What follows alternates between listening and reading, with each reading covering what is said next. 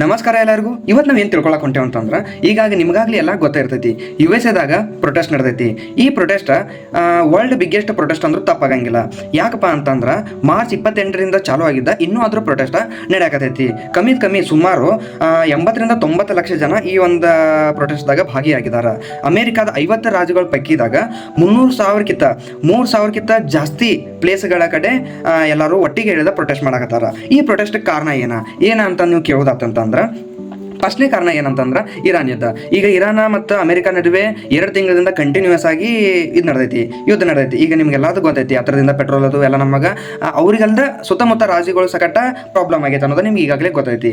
ಅದ್ರ ಸಂಬಂಧ ಅಲ್ಲಿ ಯುದ್ಧದಿಂದ ಅಲ್ಲಿ ಲೋಕಲ್ಗೂ ಪಬ್ಲಿಕ್ಕಿಗೂ ಸಮಸ್ಯೆ ಆಗಕತ್ತೈತಿ. ಅದ್ರ ಸಂಬಂಧ ಸಾಕಿನ ಯುದ್ಧ ನಿಲ್ಲಿಸ್ರಿ ಅಂತಂದ ಸರ್ಕಾರಕ್ಕೆ ಅಂದ್ರೆ ಟ್ರಂಪಿಗೆ ಇವರ ಅಲ್ಲಿ ಪಬ್ಲಿಕ್ ಒತ್ತಾಯ ಮಾಡಕತ್ತಾರ. ಅದನ್ನ ಇವರ ಕ್ಯಾರನವಾರು. ಅದ್ರ ಸಂಬಂಧ ಇದೊಂದು ಪ್ರೊಟೆಸ್ಟ್ ನಡೆಸಿದಾರ. ಇನ್ನು ನೆಕ್ಸ್ಟ್ ಕಾರಣ ಯಾವ್ದಂದ್ರೆ ವಲಸೆ ನೀತಿ, ICE ಅಂತಂದ್ರೆ ಇಮಿಗ್ರೇಷನ್ ಕಸ್ಟಮ್ ಎನ್ಫೋರ್ಸ್ಮೆಂಟ್. ಹಿಂಗಂದ್ರೆ ಏನಂತಂದ್ರೆ ಯಾವುದೇ ವೀಸಾ ಇಲ್ಲದೆ, ಯಾವುದೇ ವ್ಯಾಲಿಡ್ ಡಾಕ್ಯುಮೆಂಟ್ಸ್ ಇಲ್ಲದೆ ಇನ್ವ್ಯಾಲಿಡ್ ಅಂದ್ರೆ ಇಲ್ಲಿಗಲ್ಲಿ ಬಂದ ಅಮೆರಿಕಾದಾಗ ವಾಸ ಆಗಿರ್ತಾರ, ಅವ್ರನ್ನ ಬಂಧಿಸೋದಾಗೋದು, ಅವ್ರನ್ನ ಪತ್ತೆ ಹಚ್ಚೋದಾಗಿ ಯಾವುದೇ ಕೆಲಸ ಇಲ್ಲಿ USA ನಡೆಯಕತ್ತಿಲ್ಲ.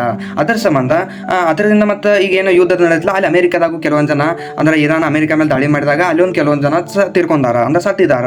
ಅವ್ರ ಪರವಾಗಿನೂ ಅಂದ್ರೆ ಇದೆಲ್ಲ ಸಾಕ ಅಂತಂದ ಈ ಒಂದು ಇದ್ರ ಮೇಲೆ ಸಕಟ ಪ್ರೊಟೆಸ್ಟ್ ನಡೆಸಿದಾರ. ಈ ನೆಕ್ಸ್ಟ್ ಬರೋದಂತಂದ್ರೆ ಡೊನಾಲ್ಡ್ ಟ್ರಂಪ್ ಕಿಂಗನಂತೆ ವರ್ತಿಸತಾನು, ಇವ ರಾಜ ಅಂತ ತಿಳಿದಿದ್ದಾನು. ಅಲ್ಲಿ ಯಾರ ಮಾತು ಏನೂ ಕೇಳ್ತಾ ಇರಲಿಲ್ಲ, ತಂದ ನಡೆಸಿ ರಾಜನಂತೆ ವರ್ತಿಸಾನು. ಮತ್ತು ಸಂವಿಧಾನದ ಯಾವುದೇ ರೀತಿಯ ರೂಲ್ಸ್ಗಳನ್ನ ಫಾಲೋ ಮಾಡ್ತಾ ಇಲ್ಲ. ಪ್ರಜಾಪ್ರಭುತ್ವದ ಸಂಸ್ಥೆಗಳೆಲ್ಲ ದುರ್ಬಲ ಆಗಕತ್ತಾವು. ಜನರಿಗೆ ತೊಂದರೆ ಆಗತೈತೆ ಅಂದಮೇಲೆ ಅವ್ರಿಗೆ ತೊಂದರೆ ಆಗಲ್ದಂಗೆ ನೋಡ್ಕೋಬೇಕು. ಅದ್ಬಿಟ್ಟು ನೀವು ರಾಜನಂತೆ ವರ್ತಿಸ್ಬೇಡ್ರಿ ಅಂತಂದ ನೋ ಕಿಂಗ್ಸ್ ಅಂತಾನು ಒಂದು ಹೆಸರಿನ ಮೇಲೆ ಪ್ರತಿಭಟನೆ ನಡೆಸಿದಾರ. ನೆಕ್ಸ್ಟ್ ನೀವು ಕೇಳೋದಾತಂತಂದ್ರೆ ಫೈನಾನ್ಸಿಯಲ್ ಪ್ರಾಬ್ಲಮ್, ಆರ್ಥಿಕ ಸಮಸ್ಯೆ. ಏನಪ್ಪ ಆರ್ಥಿಕ ಸಮಸ್ಯೆ? ಯುದ್ಧ ನಡೆಯಕತೈತಿ, ಈಗ ನಿಮಗೂ ತೊಂದರೆ ಆಗಕತ್ತೈತಿ. ಪೆಟ್ರೋಲ್ ಅಂತೂ ಎಲ್ಲಿ ಸಿಗತ್ತಿಲ್ಲ, ಗ್ಯಾಸ್ ಸಿಗುವತ್ತು. ಈಗ ಹೆಂಗೆ ನಾವು ತೊಂದರೆ ಅನುಭವಿಸಾಕತ್ತೀವಲ್ಲ, ಹಂಗೆ ಅಮೆರಿಕಾದಾಗೂ ಗ್ಯಾಸಿಂದ ಪೆಟ್ರೋಲದ ಸಮಸ್ಯೆ ಆಗಕತ್ತೈತಿ. ಮತ್ತು ಡೈಲಿ ನಿಂತ ಕೆಲಸದ ಮೇಲೆ ಏನು ನಾವು ಪ್ರಾಡಕ್ಟ್ ಬಳಸ್ತೇವಲ್ಲ, ಆ ಪ್ರಾಡಕ್ಟ್ ಮೇಲೂ ಅಮೌಂಟ್ ಜಾಸ್ತಿ ಆಗಕತ್ತೈತಿ.